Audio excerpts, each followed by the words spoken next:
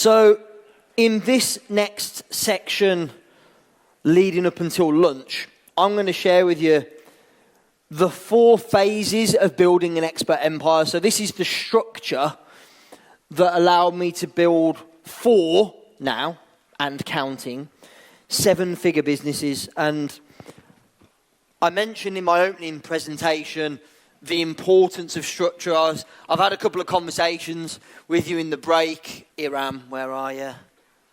Where's Iram? There she is. She was saying, yeah, that opening keynote, like the structure thing, the structure.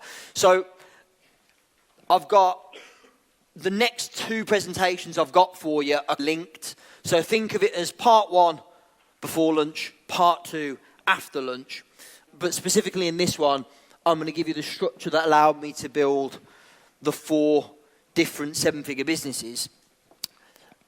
And the reason I think this is important is because the biggest mistake I see people make on the journey is that they're trying to run before they can walk. They're starting up, but behaving like they're scaling. Or they need to scale, but they're still behaving like they did when they were starting up. So in this presentation, I'm going to share with you, in my experience, having built 4 7-figure businesses of my own, and also working with thousands of people in this industry, I'd have to be an idiot if I didn't notice common threads and common trends. And also not only working with thousands of people, but also being around a lot of success, being a member of a couple of different mastermind programs where I get around people that have built 7, 8-figure, multi-8-figure businesses, some of whom are like the best known influencers in the UK. I've worked out from observing them, from my own experiences, from clients that I've worked with, the predictable path, if you like, from start to scale, from 0 to 7 figures and beyond. That's what I'm going to share with you here. I guess all of this began when I was 12 years of age in 1994, when my mum invited me to go to a Tony Robbins seminar in Hawaii. Now, I didn't really know anything about Tony Robbins, about personal development, but given the choice between Hawaii for 2 weeks or go to school for 2 weeks and stay with your nan, I love my nan, but it wasn't a difficult choice. And so me and my mum went to Hawaii, and she's an incredible woman, has massively impacted my life. She was a single mum from when I was very, very little, and she's incredible, and very, very grateful, very lucky that I was given the opportunity, which many young people don't. All I would encourage is parents in the room. Raise your hand if you're a parent. Parents in the room. Like, if I could give you one encouragement, and Gordon is doing it right now with his daughter Gracie here with him, bring your kids, get them involved in, maybe not expert empires, probably a bit too much swearing on stage for the young ones. My kids are here actually, so I try and keep it PG as best I can. Matt Elwell makes up for it. And so does Gordon, quite frankly. But my encouragement would be get your kids involved as much as you possibly can in the personal development journey as early as you possibly can as well. And so, like I said, my first exposure was at a Tony Robbins event in 1994. I'm saying that photo is circa 94, around that kind of time. And I actually spent my teenage years from, like I said, first event in Hawaii at 12 years of age, all the way through into my early 20s. Me and my mum would travel all over the world, all over the States, Australia, the Far East, all over Europe, attending these Tony Robbins seminars. And she was actually a trainer for Tony's organisation, and I attended and then ended up working a bit like the team here that are supporting the event. I was one of the team that supported those events all over the world for many years. And it was funny that Dee mentioned the early days when we met 17 years ago at Andy's events, and there was like the whole high energy, dancing on stage thing. I don't really talk about this very often, but in the Tony Robbins days, at 17 years of age, that was my job. So I'd fly all over the world, and my job was to like energize the audience before Tony Robbins came on stage. I was kind of Tony's warm-up act, if you like. And it was a great experience. It got me comfortable being in front of a room of people. I remember doing in London, this would have been probably 2000, something like that. There was like 10,000 people there. And I was tasked with warming them up. I was like 18 years of age, but it was an incredible experience and one that I'm, like I said, thankful to my mum, extremely grateful for. And I ended up crewing or being a counsellor on a kids' camp. So Tony Robbins used to have a thing called Discovery Camp. And I was actually flown over to San Diego to be one of the coaches, one of the counsellors on Discovery Camp. And that was me with all the other counsellors at that event. And I remember being at this event for 5 days, and there was all these teenagers, and I was coaching them and developing them and supporting them. And I was like, this is it. This is what I'm meant to do. I don't know if you can recall that moment or that time for you when you realised this is what I'm supposed to be doing. And so I came back from San Diego at, I'm guessing, probably 18, 19 years of age. And I decided to become the UK's #1 youth coach.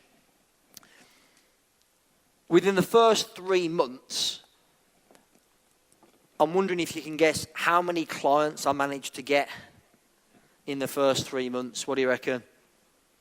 Who said 0? Thanks for the vote of confidence. I actually managed to get 1 client, and it was a young girl, teenage girl, who was really struggling with mental health. And it was a recommendation from my mum. This is how bad my marketing and sales skills were. I was getting paid, I can't remember, it was probably like £300 a month to coach this girl, who, by the way, lived in York. So by the time I got the train from Birmingham to York twice a month to coach her, I was probably paying for the privilege of being a coach, which is a really bad business model. And so ultimately, I failed with that business because I didn't have a structure to follow. I'd learned how to be a great coach. I'd studied NLP. I'd been around the Tony Robbins world for a long time. I'd worked on my own mindset and my energy, but I didn't know anything about the structure of how to start and build and grow and scale a business. So ultimately I failed because of a lack of structure. And I ended up taking a job in sales. As Dee mentioned, I was working for a guy called Andy Harrington. And I always credit Andy massively with my success and the part he played in it, because over a couple of years working in Andy's business, I learned what it is to start and grow and build and scale a business. I learned about sales, I learned about marketing, I learned a lot about speaking, I learned a lot of entrepreneurial skills. I often talk about, for young people who want to become a business owner, become an entrepreneur, I would advise, because it certainly worked for me, the best thing I could advise is go and work in a small entrepreneurial organisation where you can get up close and personal with the business owner. I was fortunate, there was only like 4 or 5 of us in that business, so I saw everything that happened on marketing and everything that happened on sales and everything that happened with the logistics and the events and everything that happened on the finances. I learned from a lot of mistakes that Andy made as well. I really think that sometimes taking a job to learn isn't defeat, it's actually a smart move, because you're learning and you're getting paid to learn. Well, that is a good deal for everybody concerned. But ultimately, without that structure, I do believe that we are all destined to fail unless we have structure in all of our areas of life. We're talking here about structure in your business, but health and fitness, if you don't have a structure for your health and fitness, you will fail.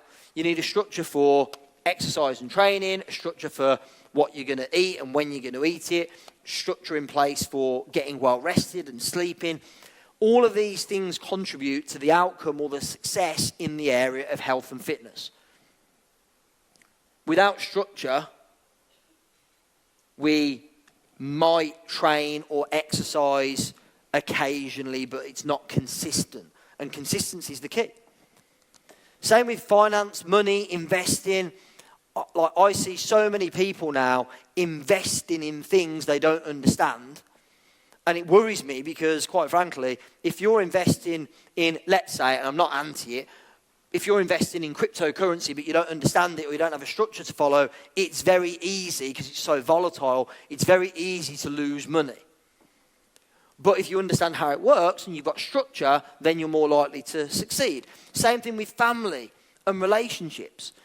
It's very easy, especially when you're busy in your business, it's very easy to drop the ball, to forget to put time and energy and focus into the people that matter most to you. So having structure in your family life will more likely give you the result you want. Of course, we're talking a lot here about your business, in your career, having structure to succeed. And Ryan Pinnock, my business partner in Super Genius, who's going to speak tomorrow, is going to give you some structure around how you can have more success mentally, emotionally, spiritually.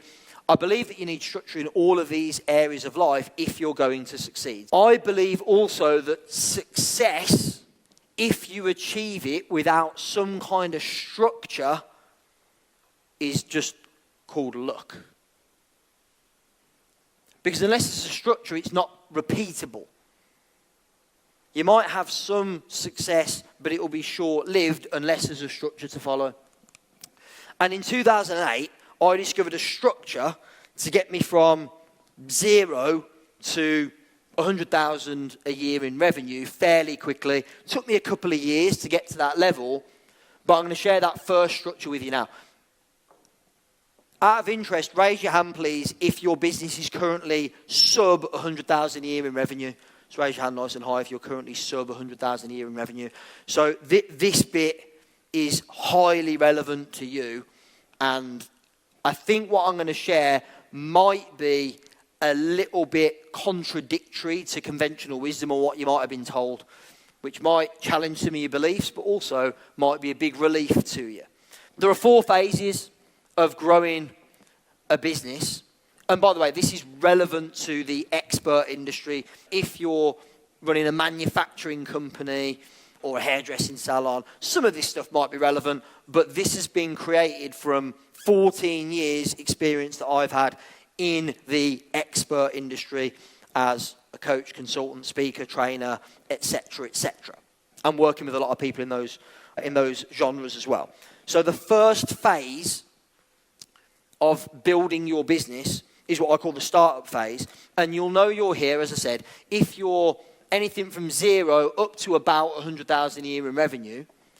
There are 2 things that you should prioritize and focus on. 2 things. Before I tell you what they are, you do not need a fancy website, as Gordon already shared. You do not need to spend fortunes or, frankly, any money on advertising. You do not need complex funnels and campaigns. Raise your hand if this is a relief to you, if you're in this category. Look, I'm telling you this, you don't need any of these things, but I know this to be true from A, my own experience in 2008, but B, also working with hundreds of people to support them through this phase of the journey. I see people spending time and energy and, frankly, a lot of money on things that they don't need to spend that time, energy, and money on. So there are 2 things that you prioritize in phase 1. The first one is you absolutely must specialize. So remember in the first session I said one of the reasons your business might be underperforming is a lack of clarity and consistency of message.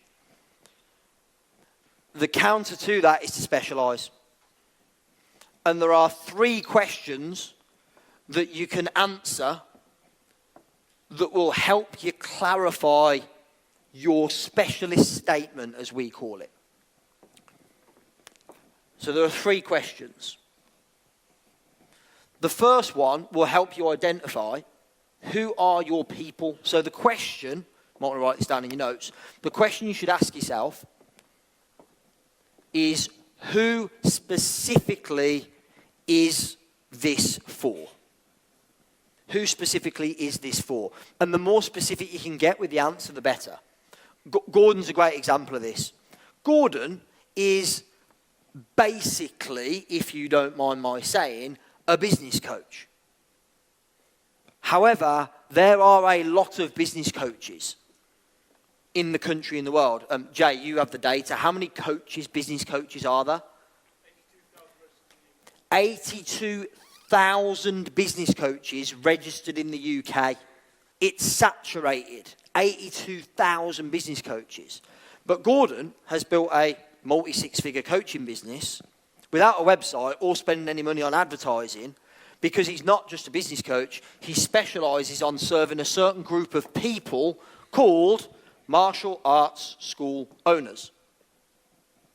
So the first thing that will help you specialise is to ask, who specifically is it for? That's question number one.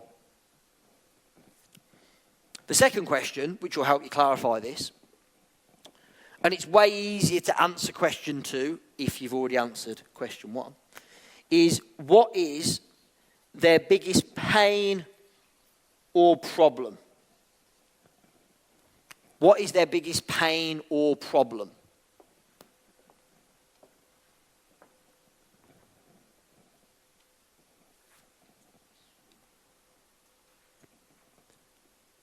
And when you know who you're talking to, it's much easier to answer that question. What's the biggest pain or problem? Remember what I said earlier? You've got to sell people what they want and give them what they need. No one wants a business coach, a life coach. No one wants a personal trainer. No one wants to buy an online course. But they want a solution to their biggest pain or problem. Then the third question, which will help you identify what your promise is. The question is, what's the one thing they want more than anything?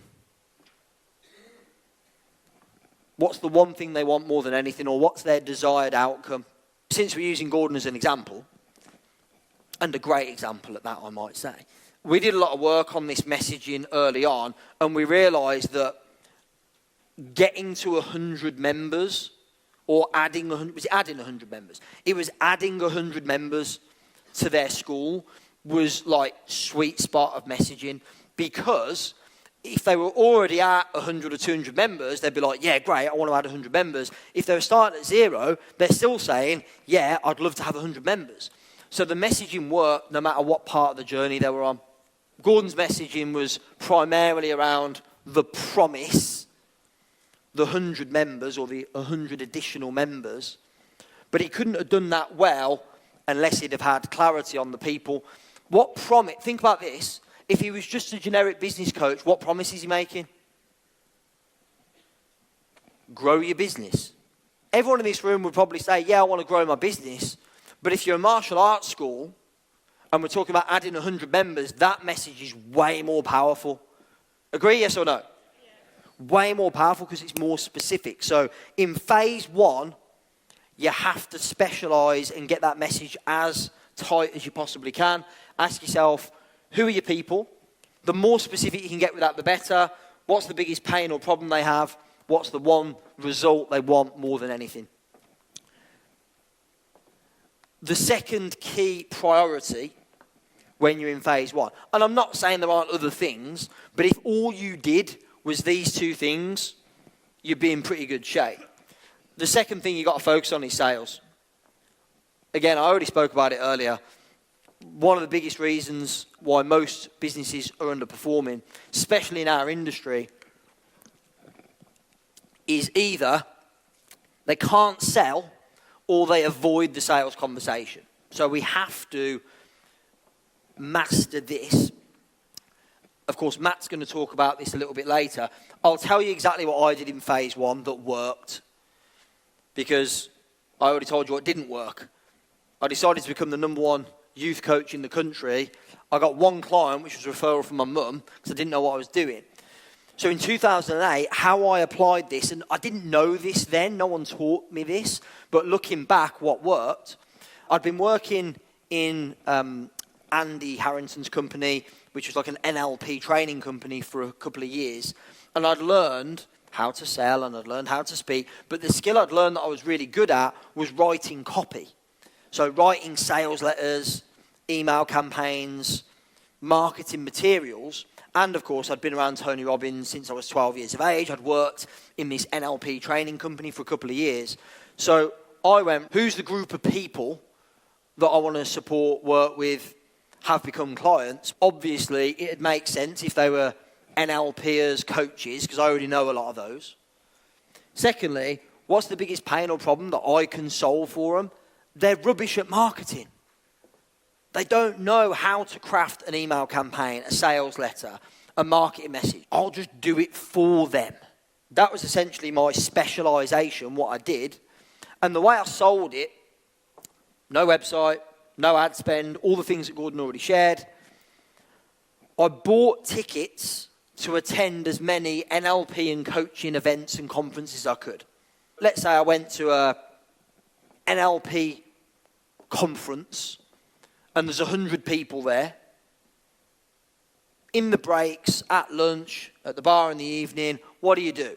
You have conversations. I'm sure you've had them already while you've been here today. You go, what do you do? So I'd say to somebody, what do you do? And they go, I'm an NLP practitioner. What do you do? I go, I write copy that helps NLP practitioners get a lot more clients. And they go, yes, please. Where have you been all my life? That was it. That was my market and monetize my message strategy in 30 seconds.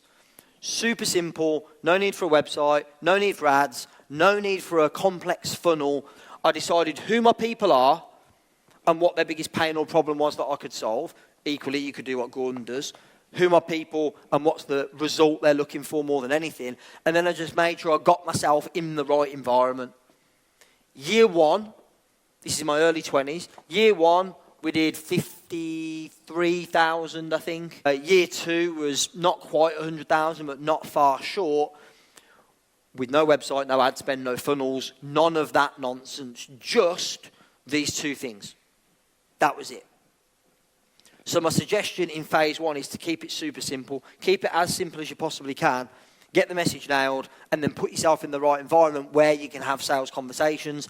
The training that Matt's going to give you a little bit later on is all about exactly what to say and how to have those conversations. I guarantee if I'd known in 2008 what I know now around sales conversations that I've learned from Matt, I would have gone from 0 to 100K in 6 months. It took me a couple of years, but I could have done it in 6 months much more quickly with that training. But, sod's law, once I got started, in other words, I succeeded in phase one, I then got stuck for a few years. 2008, 2009, 2010. I got stuck and I couldn't seem to break beyond that around about 100,000 a year in revenue. Because what gets you here won't necessarily get you there. So as you sit here today, what got you and your business to the stage you're at now not only won't get you to the next phase of growth, I'm sorry to say, it's actually a bit worse than that. What got you here will prevent you and hold you back from getting there. Essentially, my strategy of going to events, having conversations, and then delivering the service that I was delivering, that got me where I wanted to get to, but it stopped me getting any further. Because there was only so many hours in the day, days in the week, weeks in the month where I could go out, meet people, have conversations, and deliver the service. I was exchanging time for money, which is okay in phase one. I think a lot of times people talk about that exchanging time for money is a bad thing and it's a bad business model. It's better than having no money. And it's, for me, the fastest, the easiest, the best way to get started. So phase one, specialize and sell.